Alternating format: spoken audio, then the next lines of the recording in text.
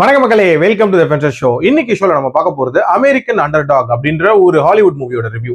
இந்த படம் பாத்தீங்கன்னா நெட்ஃபிளிக்ஸ் ஓடிடி ஆப்ல அவைலபிளா இருக்கு, தமிழ் டப்பிங்லயுமே அவைலபிளா இருக்கு. இந்த படம் ஒரு ஃபேமஸான ஸ்போர்ட்ஸ்மேனோட லைஃபை மையமா வச்சு அமைக்கப்பட்ட ஒரு ஸ்போர்ட்ஸ் பயோகிராஃபி. அந்த ஸ்போர்ட்ஸ்மேனோட பெயர் தான் கர்ட் வார்னர். இவர் ஒரு ஃபேமஸான NFL பிளேயரு, அமெரிக்கன் ஃபுட்பால்ல பாப்புலரா இருந்த ஒரு நபர் அப்படின்னே சொல்லலாம். ஸோ இவரோட வாழ்க்கையில என்னென்ன மாதிரியான சேலஞ்சஸ் இவர் ஃபேஸ் பண்ணாரு அண்ட் அந்த பொசிஷனுக்கு எப்படி வந்தாரு அப்படின்ற ஒரு கதையை சொல்லக்கூடிய ஒரு இன்ஸ்பைரிங் ஸ்டோரி. இந்த படத்தோட ஸ்டார்டிங்லேயே பாத்தீங்கன்னா கர்ட் வார்னரோட சின்ன வயசை காட்டுறாங்க. அவருக்கு எப்படியாவது NFL ஆடணும் அப்படின்ற ஒரு எய்ம் அப்பத்துல இருந்தே இருக்கு. வளர்ந்ததுக்கு அப்புறம் காலேஜ் டீமுக்கு ஆடுறாரு.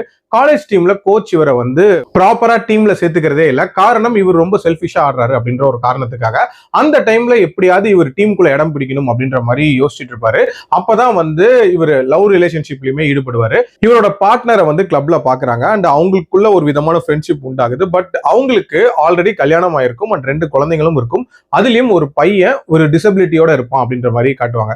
ஸோ இதெல்லாம் தாண்டி இவரும் அந்த லவ் ரிலேஷன்ஷிப்குள்ள இறங்கலாம் அப்படின்ற மாதிரி முடிவு பண்ணுவாரு. ஸோ அந்த ரிலேஷன்ஷிப் எப்படி போகுது அண்ட் இவரோட ஸ்போர்ட்ஸ் கெரியர்ல என்னென்ன மாதிரியான சேலஞ்சஸை ஃபேஸ் பண்றாரு அண்ட் டுவர்ட்ஸ் தி எண்ட் எப்படி ஒரு NFL பிளேயர் ஆனாரு அப்படின்றத இந்த படத்தோட கதை.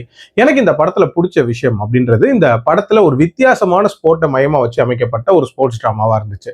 அதாவது அமெரிக்கன் ஃபுட்பால் அப்படின்றது நம்ம ஊர்ல எத்தனை பேர் பார்ப்பாங்க அப்படின்றது தெரியாது. அதுல அந்த NFL ஆடுறதுல இருக்கக்கூடிய பிரைட் என்ன, அதுலயும் அந்த குவார்டர் பேக் அப்படின்னு சொல்லக்கூடிய அந்த பொசிஷன்ல ஆடுறதுக்கான சிக்னிபிகன்ஸ் என்ன அப்படின்ற மாதிரி நிறைய விஷயங்களை இந்த படத்துல சொல்லியிருப்பாங்க. ஆல்சோ இந்த படத்துல கர்ட்டுக்கும் அவரோட கோச்சஸ்க்கும் இருக்கக்கூடிய பஞ்சாயத்துகள் அப்படின்றதுமே இன்ட்ரெஸ்டிங்கா காட்டியிருப்பாங்க.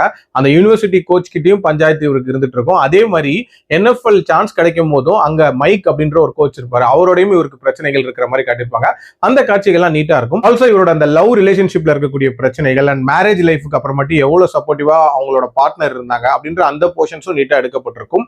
அண்ட் அந்த கேமை காட்டக்கூடிய காட்சிகள் அப்படின்றதுமே நல்ல பிரம்மாண்டமாவே எடுத்திருப்பாங்க. அண்ட் அவர் என்னென்ன மாதிரியான அச்சீவ்மெண்ட்ஸ் பண்ணாரு அண்ட் பிரசன்ட்ல அவரோட ஸ்டேட் என்ன அப்படின்ற மாதிரி நிறைய விஷயங்களை டுவர்ட்ஸ் தி எண்ட் காட்டியிருப்பாங்க.